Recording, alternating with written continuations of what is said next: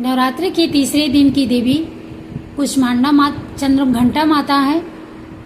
तीसरे दिन चंद्रघंटा माता की पूजा की जाती है। आइए उनकी कथा सुनते हैं। उनकी पौराणिक कथा क्या है। नवरात्रि के तीसरे दिन माँ चंद्रघंटा स्वरूप की पूजा होती है। चंद्रघंटा देवी का स्वरूप तपे हुए स्वर्ण के समान कांतिमय है।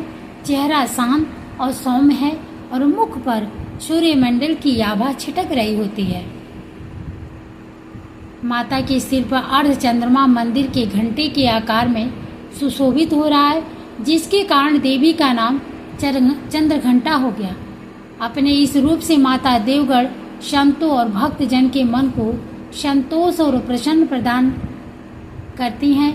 माँ चंद्रघंटा अपने प्रिय वाहन सिंह पर आरूढ़ होकर अपने 10 हाथों में खड़ग, तलवार, ढाल, गदा, पास, त्रिशूल, चक्र, धनुष भरे हुए तरकश लिए मंद मंद मुस्कुरा रही होती हैं। इस देवी की कृपा से साधक को अलौकिक वस्तुओं के दर्शन होते हैं, दिव्य सुगंधियों का अनुभव होता है और कई तरह की ध्वनियां सुनाई देने लगती है।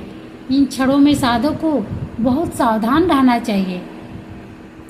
इस देवी की आराधना से साधक में वीरता और निर्भयता के साथ ही सौम्यता और विनम्रता का विकास होता है।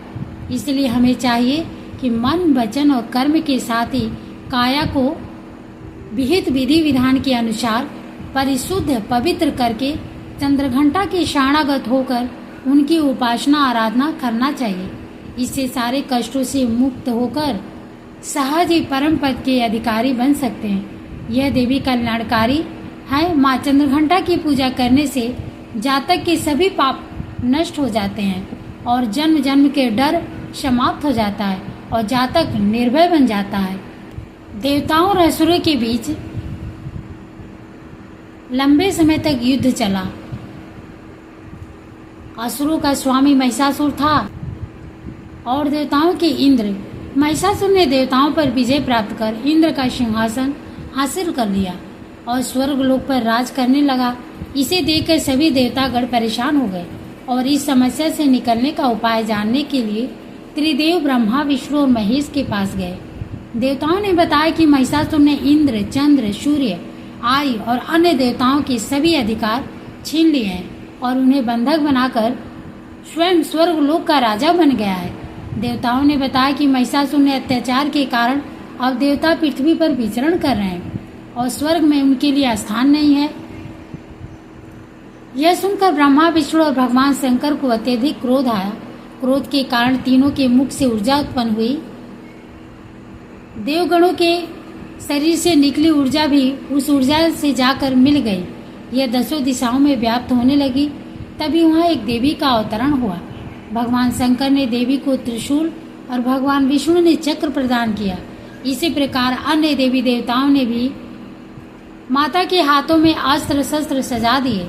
इंद्र ने भी अपना वज्र और ऐरावत हाथी से उतरकर एक घंटा दे दिया।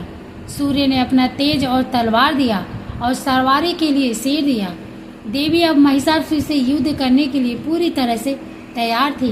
उनका विशाल काय रूप देखकर महिषासुर यह समझ गया कि अब उसका काल आ गया है। महिषासुर ने अपनी सेना को देवी पर हमला करने को कहा। अन्य दैत्य और दानवों के दल भी युद्ध में कूद पड़े। देवी ने एक ही झटके में ही दानवों का संहार कर दिया।